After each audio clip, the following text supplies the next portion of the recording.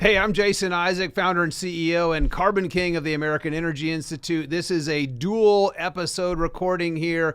I'll publish this on our YouTube channel, The High Carbon Lifestyle, and we'll also publish this as Trisha Curtis, CEO and founder of PetroNerds, CEO and founder of PetroNerds and host of the PetroNerds Podcast. Welcome. We are in the 10-minute drill studio today, just outside of Washington, D.C. Had some great meetings. Trisha, welcome. Thank you for joining us. Absolutely. I'm excited to be on your podcast Yep. again. We're doing a lot of work in D.C. trying to drain the swamp. Yep. Tell us a little bit about what you've been doing the last couple of days here in D.C. Yeah, so I got here last night. It's been a flat-out sprint. So this is really cool. The studio is awesome. I'm also the economist for the American Energy Institute. So, we're co-hosting this today. So today is September 3rd. Gosh, it's Wednesday. Feels Yes. like it's been 2 weeks and 2 days. So it's Wednesday, September 3rd. I was just one of my first meetings this morning. Trump had fighter jets fly over, 2 sets, not one, 2, which was really cool because he had the Polish prime minister. And so he clearly just wanted to show strength. I mean, he's happy with the Polish prime minister because they're ponying up the money to actually spend on defense.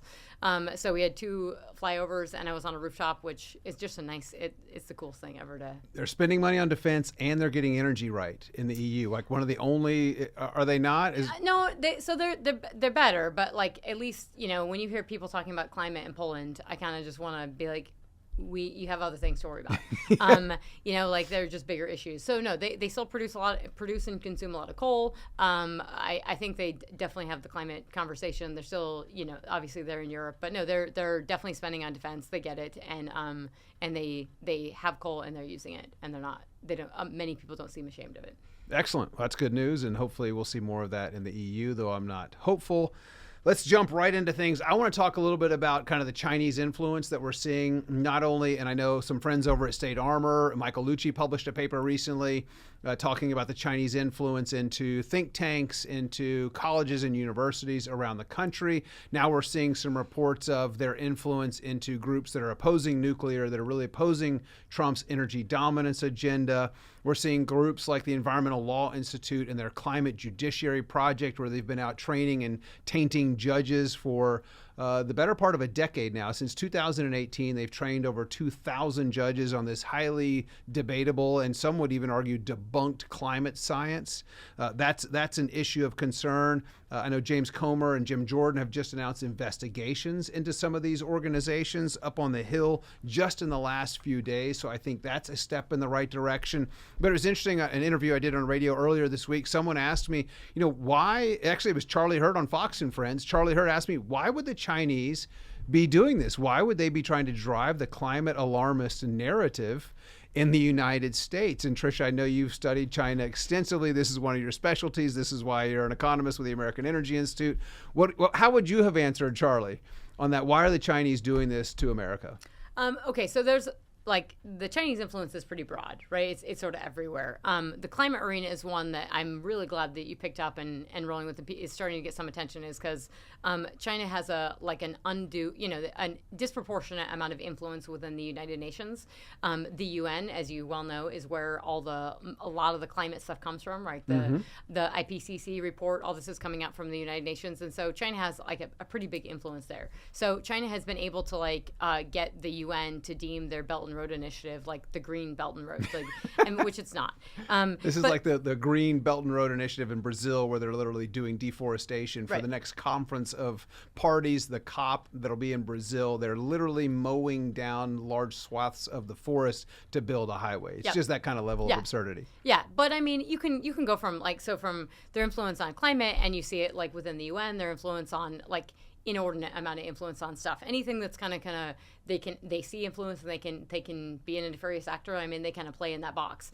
If you look at I think it's Clive Hamilton has done tons of work on China's influence on Australia. I mean, it's across the map. But when it comes to climate and energy, it's really important to realize and focus on they have energy, right? They are the largest coal power in the entire world. They're actually the largest electricity power in the entire world. And that's something hugely important, something that actually came up in a lot of my meetings today, is that people are recognizing, and we've talked about this a lot, is that China has a third of the world's power generation.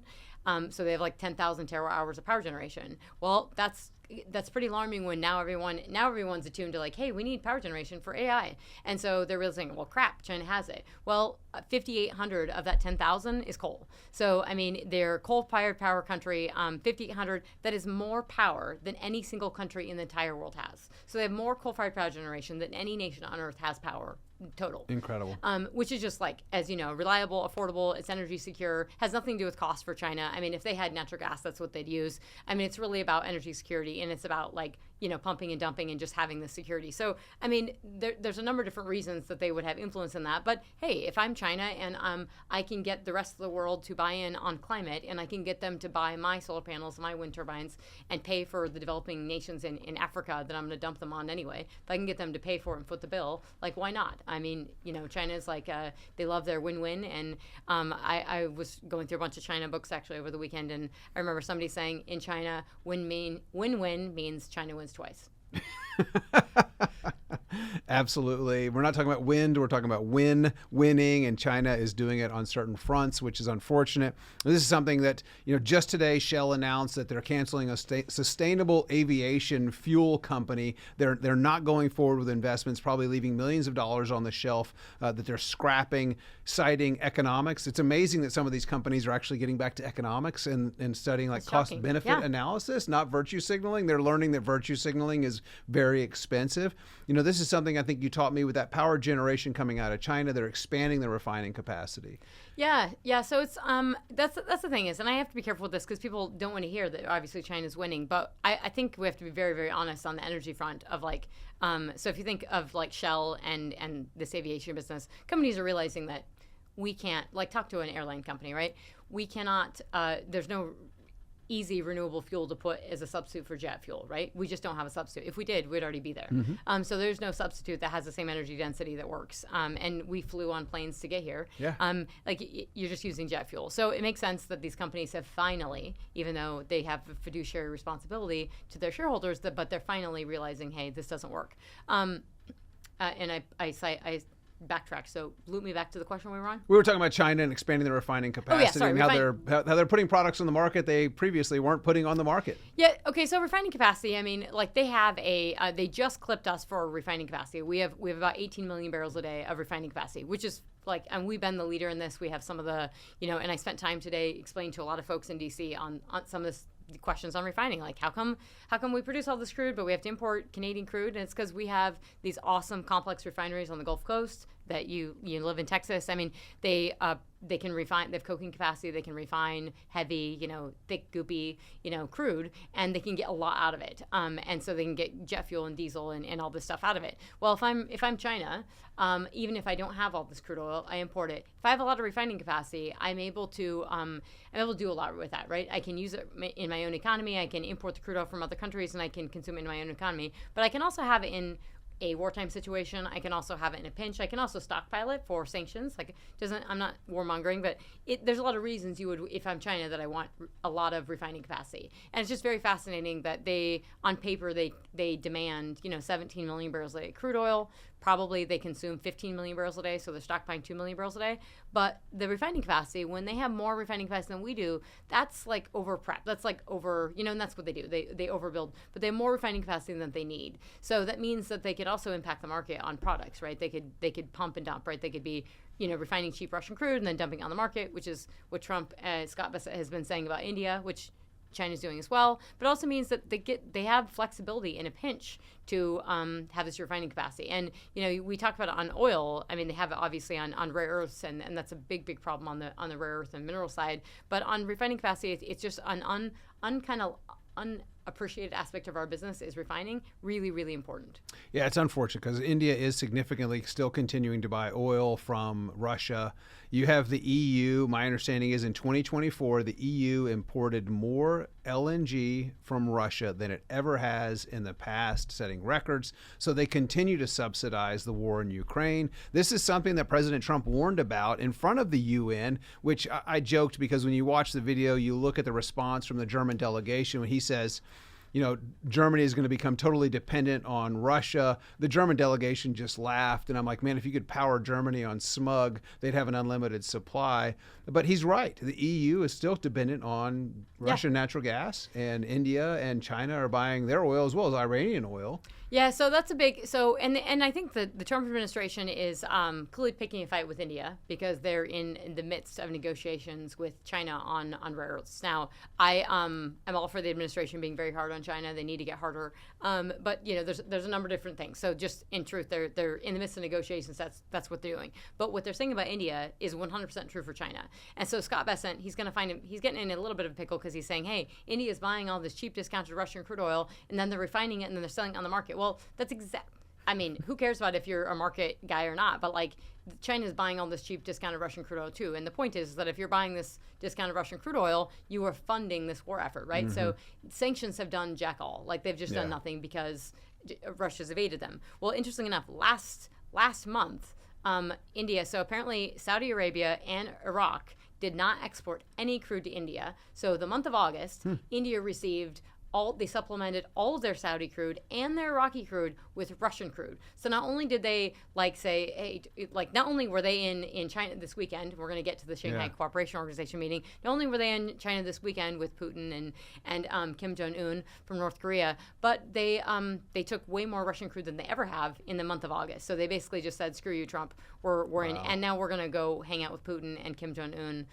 and Xi Jinping in China for the weekend. So it was a massive, and I say this no discredit to the administration, but a massive slap in the face to the Trump administration to say, yeah, here's where our loyalties lie. Yeah, I can see that as a finger in the eye for sure. Slap in the face, finger in the eye. Yeah, whatever you want to call it. They're basically really disrespectful to President Trump and his administration, and to really the largest economy in the world here in the United States. Not a smart move on their part, in my opinion. Well, it's kind of case in point of how this negotiations are going, because we've had several rounds of negotiations on the trade side with India. They've kind of all fallen apart, and so India let's be honest, it is a coal-driven economy. It's a very messy economy, and so there's a lot of things, there's a lot of opportunity, right? But you have to get the opportunity right, and it's messy, right? And they do have a lot of barriers to entry, and so they're not willing to lower their barriers to entry to let our goods come in, and so simplistically, that's what's happening, and so. Narendra Modi is making bets here, and honestly, they call themselves non-aligned, and they're in the non-alignment movement. I think you're pretty well aligned when you're in China and you're hanging out with Putin and you're hanging out with Xi Jinping and you're hanging out with North Korea's leader Kim Jong-un, and they're all together. And so over the weekend, the pictures were just crazy of Narendra Modi with Putin, and so it's making it clear, hey, we're going to buy their crude. They're getting a discount on it, and they're getting even more of a discount now. So for China, they're stockpiling, and we need to be more clear about, that's a serious thing because they're stockpiling, and so that's an issue, and they're getting it cheap. But for India, they're buying all this crude oil, and they're getting a discount, and now they're making it very clear publicly. And so the Shanghai Cooperation Organization meeting that took place over the weekend, this is, Kim Jong-un hasn't been anywhere in a long time, and so he takes his bullet train to China, and he was there for the military parade over the weekend, or I think it was on Monday. So they had a big military parade, show of force, and so Kim Jong-un's there, Putin's there, Narendra Modi's there, and they're all hanging out. And I just think it's a clear reality that they're making clear to the world. And I thought that's why it was cool that Trump started today with the two fighter jet flyovers with, the Polish prime minister of hey, we have show of force too, and here it is. And by the way, just a reminder that we dropped those B-2 bombs on Iran. So just out of clarity, yeah, it's great. It's awesome. Talking about trade negotiations that are ongoing, the trade negotiations with the EU are ongoing. My understanding is some of the discussions are happening today, this week. One of the biggest things that I've advocated for and talked about is the EU has these practices in place called their CSRD, this Corporate Sustainability Responsibility Directive. There's the CS3D, and then there's this cross-border adjustment mechanism, which is essentially a carbon tax. Right. But it's if you sell a product in the EU and you make over a certain threshold, I think it's $450,000. It's not very much, but it's basically targeting larger American businesses, requiring them to report their greenhouse gas emissions. Nothing about pollution, It's all about greenhouse gas emissions, and it's essentially forcing American companies that are doing business in the EU to align with the Paris Accords. I think this is treasonous. President Trump has called the Paris Accord a scam. He's pulled the United States out of the Paris Accords, yet you still have American companies that are willing to comply, and they have virtue signaled their commitments to meet them and be net zero by a certain date, when you have the EPA working to rescind the endangerment finding put in place by the Obama administration in 2009 that says greenhouse gases, namely CO2, are a danger to human health and the environment, which couldn't be further from the truth. And I'm grateful that Administrator Zeldin, the Trump administration, is working to rescind that finding. I think that'll be transformative. But I really believe that these EU negotiations, trade negotiations, should center on those requirements. Stop forcing American businesses to report things that do absolutely nothing. Do you think we're going to have any luck with those negotiations on that front? I know this is a little policy wonky.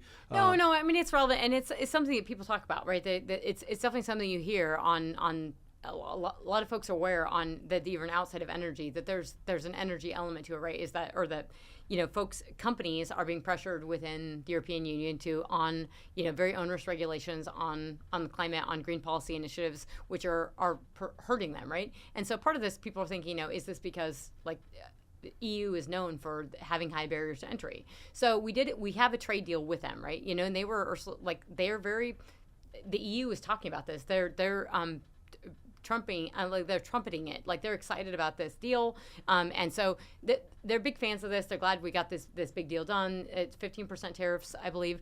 So everybody's pleased with this. Now it's the devil's in the details and everything. Yeah. So, but it's this stuff that matters in terms of I don't know if it's so much more compliance as that's what the EU does, right? They make it difficult to do business because they love to regulate, and so we have to realize, one, it's about an ease in doing business. So that's problematic. And then it's if you're signing up to onerous regulations, you have to realize, what's my exposure? What does it actually matter? And it's not so much about, it's thinking about greenhouse gas emissions. That's one thing. But in Europe, they don't even count all their numbers, right? If you burn trash, or which they do, or they burn all this stuff, they don't. It's magic math for CO2 emissions. They don't count that in their CO2 emissions. Or trees, for that matter. Exactly. Which they call that renewable. Right. It's the biomass or whatever. They don't count those. Those are just disappear, and that is part of CO2. But if you look at the actual numbers, I mean, look at the numbers, folks, of the actual CO2 emissions. EU continues to decline, and it's not because they're doing so great on climate. It's because their economy is crap. Right? They just continue to decline. I mean, we're talking about AI and a race with China, and China having 10,000 terawatt hours of power. Where is Europe? Nowhere to be found, because they're so stuck in the past, and so they can't they want to regulate everything to death, and they're not worried about the economy or growing. And so I think that's it's a really, really important thing, and obviously why I care deeply, and I'm a macroeconomist, is energy is everything, absolutely everything, full stop. So Europe has not got that right at all. I mean, their exposure to Russia, as you pointed out, was massive. It was 18 billion cubic feet per day when the war happened in Ukraine. 18 billion cubic feet per day was Europe's exposure. 16 BCF a day via pipe, 2 BCF a day via LNG. They've absolutely continued to take LNG from Russia, and that's ridiculous. That's almost treasonous, right? Hello, your fellow man is being invaded, but you're like, hey, I'll still take some of that gas, and they still take the oil, they still take the diesel. Come on. We have the LNG. Just get over yourself, sign some long-term contracts, let us move this stuff around, build some damn ships, and let's move forward. So, I mean, this does all come back to energy. And so I think that, a lot of people have been looking forward, and this is why we've talked about this, but I have to drill this home. If the EU, I mean, everybody talks about the European Union and European nations and Germany and all these countries that are spending on their defense, and how, the stock market pivot, we need to, you can divest out of the S&P 500 and the Dow, and you can get into the European stock market because that's where the growth is. Oh, are you kidding me? The size of the entire German, their German stock market that's the size of Apple. Apple's bigger than the entire stock market. So, I mean, that's not diversity. And by the way, if you're going to grow, if you're going to do anything, you have to actually spend money on defense. Well, that's going to require energy. That's going to require actually making ammunition, which will require power generation. And so they have to get that piece in order, and no one's talking about that. And so that's a huge, huge component of not just of reinvigorating your economy, but your defense industrial base. In order to have a defense, you have to have energy. And that is something that I think China has thought a long and hard about, and they are, that's why they want their coal-fired power generation. Absolutely. And China's done a great job convincing people in Europe of this climate alarmist movement And they're very tight with China. Absolutely. The European Union and China are very, very tight. Yeah. And so they've done a wonderful job. China has been very successful of scaring people in Europe against energy when they're sitting on top of it. They could be producing it. They need to bring in some American companies and produce their own assets, but they don't have private property rights like we do here in the United States. No. We're absolutely blessed with that. There are large reserves there in the EU, but they can't touch them. They even have the Paris Basin. They'd be just people would die if they heard that, but they do. It's called the Paris Basin. They do have oil and gas. They just don't extract it. Yeah, which is just, my grandkids might be looking back at this and laughing because they'll probably be producing oil and gas in Paris maybe in 100 years. Yeah, that'd be amazing. So, no, they could produce it. They don't produce it. I think the ties to China are really significant. And it's important to think about because if you're just thinking about, our alliances, our natural allies, think about World War II and it's Britain and it's, and today it's Germany and France. But these nations, they're Britain and particularly countries in the EU, they're very, very tight with China because they're exposed so much on trade. And so, it's like fish in a barrel for China because every time they just pull, they pull the strings a little bit. You had the German Chancellor Olaf Scholz at the, go over there with a team of delegations. This is, after it's been completely exposed that China is obviously helping fund this war in Ukraine and doing all kinds of, there's all kinds of trade negotiations that they have, trade infringements, the dumping. And the EU has been pretty vocal about this of we put these tariffs on China and China has went ahead and, they're just doubling down on their manufacturing and dumping into the global economy. That helps keep their economy afloat, but also it literally decimates competition everywhere. And so they're not just dumping, they're dumping it hardly into the EU, and everybody's like, oh, wait a second. It's like, okay, so it was okay for us to take all their crap with no tariffs, but you don't want it now. Well, hello, this is case in point. And by the way, then they're dumping into all these developing nations as well, which that's quite sad because it never even gives them the chance to get off the map, and it never gives them a chance to develop a manufacturing base because they're decimated by cheap crap coming from China. Yeah.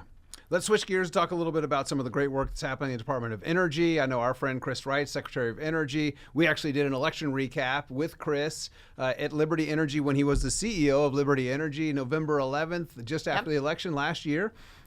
Grateful for Liberty Energy for being a member of the American Energy Institute and our trade association. Grateful for their support and grateful for the work Chris is doing. Just announced, I think it was this morning, that another offshore wind farm, a massive environmental disaster if you care about our coasts and our oceans and the environment in itself. They've canceled another project. I think this is huge when it comes to affordable and reliable energy production here in the United States. Welcome back. The Trump administration canceling nearly $700 million worth of offshore wind projects at nationwide ports, overhauling 12 major projects granted by the Biden administration. One project in Northern California's Humboldt Bay was getting more than $420 million in federal funding. Joining me now is U.S. Energy Secretary Christopher Wright. Secretary, it's great to see you this morning. Thank you so much for being here. You've got all these projects which are, not necessarily projects that you can rely on. Is the wind blowing? Is the sun shining? And yet hundreds of millions of dollars were going at these projects. Tell us more. Yeah, Maria, no one would build energy projects like these without massive government subsidies, government mandates, government expedited permitting that allows you to go over everyone's objections. So, yeah, the big one at the Energy Department that we pulled back on was mutual with the utility developer as well. They knew there was no way the wind farm was actually going to be built. So why build a transmission line that half the time would just sit there doing nothing and the other half of the time would carry some variable amounts of power? They knew it was just a road to make their electricity prices more expensive. So we had a mutual parting of the ways. These are healthy dialogues about energy. We need to start thinking about Americans. Yeah, and I don't understand why the Democrats pushed this so aggressively. Was this just an ideology that they wanted to push the climate change agenda? Or, knowing that prices were going to go higher, knowing that these weren't reliable projects, the wind has to be blowing, the sun has to be shining, otherwise you're not getting anything. It's very hard to explain. But, yeah, I think it's become, as you say, an ideology that people want to push it. Denmark today has the most expensive electricity in the world. They were the first movers in offshore wind. Germany has the second most expensive, and the United Kingdom is chasing in the record for the most expensive electricity you can. That's the result as you grow offshore wind. That's not a race the United States wants to win. We want to win in jobs and opportunity and low electricity prices. So Chris is doing a great job pulling back billions of dollars in carbon capture, grift, and projects, which I think is just phenomenal. Any other highlights that you're seeing out of the DOE that Chris is doing? I mean, there's just so many billions of taxpayer dollars that are being pulled back, not spent, which I think is a good use of taxpayer dollars. Well, so we had this when we had our podcast with your colleague, Steve Malloy. Yes. We did this, the 3-person one, and we did the live stream, and we were talking about this, and it was before the big, beautiful bill actually was passed, right? And he was talking about, okay, well, this stuff's in it. Well, he was saying by the stroke of a pen, this stuff's going to be removed. And I was hopeful, but I was very concerned that, there was all this stuff still in there. And it does seem like the Trump administration, and particularly Chris Wright and EPA, are just kind of killing it on this front. Yeah. And they're being very clear and very honest that, hey, wind and solar, when it gets into your grid, it increases electricity prices. And I think that's why we can depoliticize this, folks. This is wind and solar are they're made in China. They're made with forced labor. Onshore wind turbines are largely made in China. They're made with coal. They're made with forced labor. And so this is not like an ESG friendly product. And so you're putting them into your grid, and they're really cheap. So it's these power purchase agreements, which you and I have talked about at length, but it's so important that everybody has these and they say, oh, well, it's really cheap. Well, I buy it. Well, it's really cheap because China subsidizes it. Then once you put it into your grid, it gets really expensive. And so the one thing that they're starting out and being really clear about, and hopefully they get clear in other policies, is that wind and solar, once they get into your grid, are really expensive. And so we're going to work on not doing this anymore. And you hear all the stuff of they're ugly and all this stuff, but it's more important than that. It's once you put that wind and solar into your grid, the electricity costs go up. And you hear about the Trump administration talking about wanting lower oil prices. Well, lower electricity prices, they should be equally as clear about saying, and I think that's what they're doing with wind and solar, is that electricity prices on average are over 18 cents a kilowatt hour. I mean, in New York, they're way more than that. I mean, cities are so expensive, but that's in comparison to we're on this up and up race for electricity prices. Yeah, that's half of what Germany is, but Germany is 44 cents a kilowatt hour. It's so damn expensive. And Germany's deindustrializing right in front of their faces, exactly. And they're driving the policy that's making it happen. So it's beyond important. And so I always hear a little bit of pushback when people say, but it's okay to diversify. And I'm like, actually it's not, because what's happened in America, and you see it in the data from EIA, is that as we've added the wind and solar, we've decommissioned the coal. So we've decommissioned the baseload power generation and we've added this wind and solar. So you've got the worst of both worlds. You got the crappy, intermittent, unreliable, expensive wind and solar, and you took out your baseload power, your reliable, cheap baseload power from coal-fired power generation, and now you have these high electricity bills, and you're killing the American consumer, and you're killing the American business. And so, I mean, I can't say over and over and over again. I was in D.C. all day talking about this paper that I wrote and the U.S. oil and gas production base, and it's just, we produce 130 billion cubic feet per day of natural gas. We should be cheering this from the rooftops, and we should be using it everywhere. This should not be a question, and it should be very, very hard for wind and solar to get into our grid, because it has to compete with natural gas. And if it has to compete head on, it's not going to win. Yeah, and it doesn't have to be reliable. It's heavily subsidized by China, as you mentioned. It's heavily subsidized by taxpayers here in the United States. Again, no reliability standard. So it's completely intermittent. I think Secretary Wright had a great tweet. It may have been from the Department of Energy account, but I think it was his account, calling intermittent energy a parasite on the grid. I was pretty impressed that it's been a couple of months, I think, since he put that out. But just this week, talking about how it's really creates a second grid. Yes. You have a grid of wind and solar, and then when the wind stops blowing or the sun stops shining, you've got to fire up your backup grid, which becomes natural gas, coal, and nuclear. And those are very expensive to maintain, run, and build. And that's the problem, is that people, and you have to get nerdy in manufacturing and engineering to think about this, but you have to put yourself in the folks of the people are running these. You don't just turn this stuff on and off. And so people are like, oh, when it's old, that's great. You have to spool up this massive, combined cycle natural gas facility or coal-fired power generation or nuclear. And so you lose actually all the efficiencies and all the benefits. You don't just get to turn this stuff on and off. We're not playing with dolls here. This is not something you just oh, I turned the toy on and I turned off.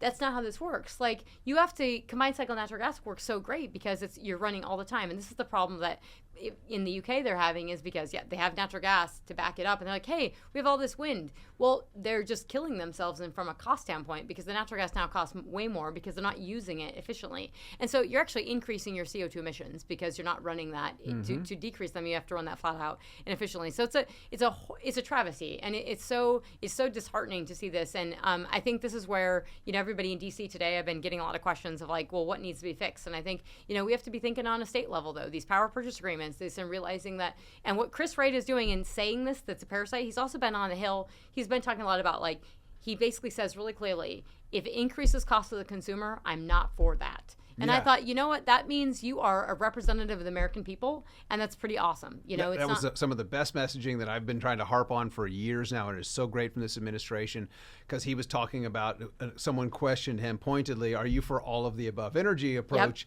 Yep. And he says, not if it makes energy more expensive. And he says, I've never been for all of the above. Right. I've never supported all of the above, because if something's going to make energy more expensive and less reliable, I'm not for that. And I really tout Chris's leadership on this front. I think he has worked to educate the cabinet and perhaps the president to talk about affordable and reliable energy. And that's what he's for. And that primarily comes from natural gas, coal, and nuclear when it comes to electric generation. He was just talking this week, you could cover the entire world in solar panels and you'd only cover 20% of our energy needs, because you look global energy supply, only 20% of that global energy supply is used for electricity. Yep. So obviously energy produces more things that we like and we depend on in this world. It's a really sustainable aviation fuel that's made from hydrocarbons. You talk about other aspects. Diesel fuel really powers and moves the earth, but he's doing just a fantastic job on the messaging on that front. And so I'm really grateful for his leadership, not only at the Department of Energy, but in the entire administration. Yeah, and I think, if you listen to the podcast we did on November 11th, he talks a lot about Trump, obviously, and he just says, like, this is a man who gets, this is a real estate man, but he gets energy. And obviously, he had talked with him, and he knows this. And so, and I do trust Chris Wright. Like, I've known him for a long time, but so I know he's working to educate this. I know he cares about this stuff. He's deeply passionate about it, and he gets it, and he cares about, the people who are losing, can't pay their electricity bills. But so I think it's that underline, highlight, focus on enough, of these are really huge. And so if we can get to the point in the administration where they're starting to talk about, I'm waiting for the day that we start hearing about utility companies, because utility companies are regulated. I'm waiting for the day we start, okay, we're not going to build this wind and solar, but we have to deal with the power purchase agreements. We have to deal with utility companies that are not talking about affordable, reliable. They're still talking about clean and green and have their pay tied to ESG metrics. And so those are huge, huge things that we have to start working around as a country. Like, we have to deal with this. And I mean, today I'm talking about natural gas, I'm talking about oil, and I'm just reminding folks that oil, you feel that, right? The administration is honest about, hey, we want lower prices because we want it for the consumer, and the consumer is it's all the voters in America and all the people who live here. Well, we have an amazing oil production base of 13.6 million barrels per day as of June. We hit another record, 13.6 million barrels a day. Just context, folks, Russia's producing maybe a little over 10 million barrels a day, and Saudi is not even maybe right now producing maybe 10 million barrels a day. So we're 3.6 million barrels a day over the next largest producer. Wow, that's fantastic. Just amazing. So all those, and so every barrel we produce is it's enhancing not just our energy security, but global energy security, because it gives us flexibility and maneuverability. And so I think it's really important, and why I do want the administration to have a better relationship with the industry is that it's hey, okay, what do you need to make this work, right? We want lower prices. We want to make this right. But I say this because oil, that when the price goes up, the consumer feels it. When the price goes down, the consumer feels it. And we don't have that with natural gas. We have the utility companies sticking it to the consumer, and so we have tons of natural gas. Yeah. So if we could start getting that cost savings into the consumer, that's a huge economic benefit, not just to everyone, and the consumer, but to businesses and industry. Yeah, gosh, we've got so much to talk about. We're going to wrap up here in just a minute, but EPA just had a court ruling this week. They can claw back billions of dollars in grants to these basically companies that had no business getting grants from the EPA. It was something that was done during the waning days of the Biden administration, giving out billions of dollars, and the EPA doesn't. Are you talking about the $76 billion in 94 days? Yeah, some of that was actually $96 billion. Yeah, $96 billion in 74 days. Yeah. Yes, $96 billion in 74 days. Absolutely absurd. But a federal court ruled this week that the EPA doesn't have to give these organizations that have no qualifications whatsoever. Huge win for taxpayers and transparency there. That's huge. You had 22 or 23 attorneys general around the country send a letter to the EPA Administrator Lee Zeldin, led by Attorney General Knudsen out of Montana, because they uncovered that the Environmental Law Institute, this one that runs a climate judiciary project, which is the tainting of judges around the country, 13% of their revenue in 2023 came from EPA grants. It was about 8 or 9% in 2024 came from EPA grants. Still slated to this year receive a significant amount of money from taxpayer dollars from EPA grants. These attorneys general around the country had the fortitude to send a letter saying you need to stop these grants. It's a vicious circular. It really is. We're using taxpayer dollars to fund left-wing organizations. Yeah. It's appalling, really, to fund Democrat campaigns. Different topic, but it's all related, and to see that getting scaled back and the better use of our tax dollars is incredible. You mentioned electricity bills, people getting disconnected. BlackRock, the world's largest financial institution, is not buying a stake in, they are buying Minnesota Power. And the part of the agreement in the purchase of this was to put $3.1 million aside to pay off overdue utility bills because their costs are too high that people can't afford them. They also agreed to invest in more variable weather dependent generation that's just going to lead to higher costs. This is a terrible investment, and BlackRock is doing it. And I know some people are upset with the Trump administration through Treasury, I believe, or through Department of Defense buying under 10% of Intel. They're citing defense reasons. But where have people been over the last 2 decades when you look at these government-backed public pensions that have been buying companies and investing billions of dollars into companies with political agendas in mind, like what BlackRock has done, forcing behaviors? Larry Fink's on record talking about how they're forcing behaviors at BlackRock. It should be appalling. It should be alarmist. I'm surprised that regulators have approved this sale, but it is going through to BlackRock will completely own Minnesota Power with commitments to essentially increase the cost of utilities. They're going to pass it on to consumers, and they're going to be the ones that are left behind. It's absolutely unfortunate. I think it's Xcel that's actually had pushback because they raised utility prices so much in Minnesota or amazing beats Michigan. They're in the Midwest, and they basically finally had pushback because they've raised the rate so much. And Xcel is an amazing offender because they raise the rates of electricity and they pay for all these renewables. They raise the rates of natural gas massively, and so you're finally starting to hear people talk about that, the disconnect in what you pay for natural gas from the utility provider versus what natural gas prices are. But this comment on Intel, and I say this again, even if you disagree with politics or whatever it is, there's something awesome happening on energy, and you have to have a change in this tone because you're getting a change in the nature of energy where people are finally getting more comfortable realizing, okay, wind and solar is crap. It doesn't work really well, and maybe we should stop investing in it. Yes, you should absolutely stop investing in it, but also it's realizing the oil companies stop investing in it, and they're getting comfortable. Okay, let's not invest in that stuff. Let's focus on what we do. And so it's really important because you do have we're at $63 and change today. We should be at a much higher oil price given all the geopolitical angst around the world and the hot wars. But that being said, you can't afford to waste your money on. I mean, if you're a major oil company, you can't afford to be wasting your money on renewables that are not going to pay out. But you're coming about the market like Intel and this criticism. And I think just to put in perspective what it is, the Biden administration gave Intel money, gave them.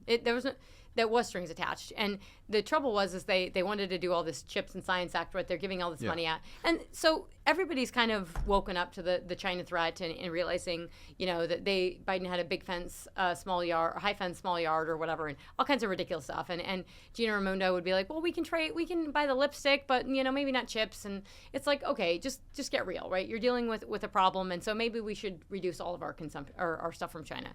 And the Trump administration has sort of just been doing it, not talking about it as much. much. But when it comes to like Intel, basically they were, and there's some issues with the CEO. He does have ties to China, and so that could be an issue in the future. But essentially, Trump says he comes to my office, and he was worried about his job, and I got a stake in the company. Well, the people of America need to realize we'd already given them they were getting this money. It was free. There was a grant, but the Biden administration attached a bunch of, I believe it was a bunch of DEI stuff to it, right? They had to give daycare and all kinds of stuff. And so they were actually having trouble and apparently this happened with a lot of CHIPS money that they gave, was that all the strings attached to it were very onerous. Oh, that's incredible. And so it's like daycare, all kinds of stuff. So I believe a lot of that had to do with DEI. So then we just say, okay, we're going to get a stake in this. And then when I believe it was Lutnick, Howard Lutnick, that was interviewed on CNBC, they asked him point blank, so can we think of, is the U.S. going to be doing more of this? And maybe it was Lutnick and some others I think have talked about this as well. Is the U.S. going to be taking bigger stakes in companies? Well, we just took the stake in MP Minerals, right? Which long overdue, but I think China still has a stake, and we need to get that out. We only have one, basically, mineral company, rare earth mineral company. So the reason they're doing this is essentially it's sort of like when a government contractor for shipbuilding, right? You've got to give these companies that who's all going to buy a ship? I don't know, maybe the government. Well, you need to give them the security to actually build it, right? And so the contracts have to be longer term, and we've struggled with that because sometimes it gets political and then a short cycle. Well, that's why federal contracts, if they're longer in nature, these guys can build it. And the same thing said of okay, if I'm taking a stake in a company, it's that we want to be able to have some of this in the U.S. because we cannot have to, and I don't think it's bad to have Taiwan, but the exposure of only Taiwan is the problem, right? And so you want to have diversification. But a 10% stake in a company, no. The Trump administration made it very clear. They're not going to be telling, it's not a board seat. They're not going to be like, hey, you need to be doing this. It's just saying we're getting something. Now, what exactly the taxpayer benefits from it, I don't know. But it's historically speaking, everyone's freaking out about this. I mean, Obama, we build out, GM, we build all the auto manufacturers or all the auto companies. And so I'm not saying I wasn't necessarily a fan of that, but this is a little different. It's basically just saying we were going to give you this money. Now we have a stake in the company. But they have been very honest about, hey, we're going to think about more of this, think of more sovereign stuff. And I think if you think about a little bit more from a contract standpoint of what do I need to do to increase the defense industrial base? Well, it takes me 12 years to build a ship. We built the USS Midway, which I was on in San Diego. We built that in a year. We built it in 12 months in 1944 into 1945, and we used it for many, many years. So we could do that in 12 months. We've got to get better about actually building stuff in America. And there's an attempt. I'm not saying it's perfect, but we got to start somewhere. We got to try something. And what we've done for the past couple decades has not worked. We need to reindustrialize this country, build things faster, like nuclear energy. We need to get more of that to market. Everybody's saying it's going to be 10 years now before we get new nuclear power on the grid. Nuclear does other things besides power, but yes, we need that. You get regulations out of the way. I'm excited about the direction our country is headed. There's clearly some opportunities ahead.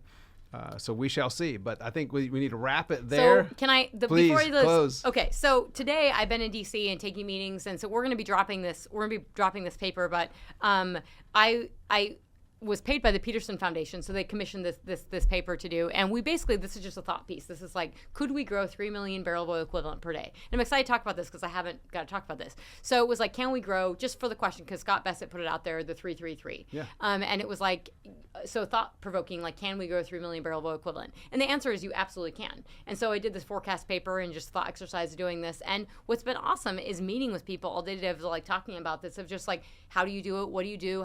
What are the movers? What are the drivers? And I'm always impressed when people ask really good questions of how does this actually work? And so it makes me excited that one, we can do it, we can grow the production, and two, people actually care about it, and that three, it's a massive, that 13.6 million barrels a day of production is a huge, that is an industrial sector of the economy. That's a huge component of our economy, and it's something we shouldn't take lightly. We need to keep it going, we need to keep growing it, and we need to be proud of it. Awesome. As Chris Wright says, energy isn't part of the economy. It is the economy. Energy is the heart everything. Of it is. It absolutely is everything. Well, thanks so much for joining us. Again, I'm Jason Isaac. I live a high-carbon lifestyle. I'm working so that the rest of the world can, too. I'm the CEO of the American Energy Institute. Thanks for joining the High Carbon Lifestyle Podcast and the PetroNerds Podcast. Trisha Curtis, CEO of PetroNerds. Thank you guys so much for listening.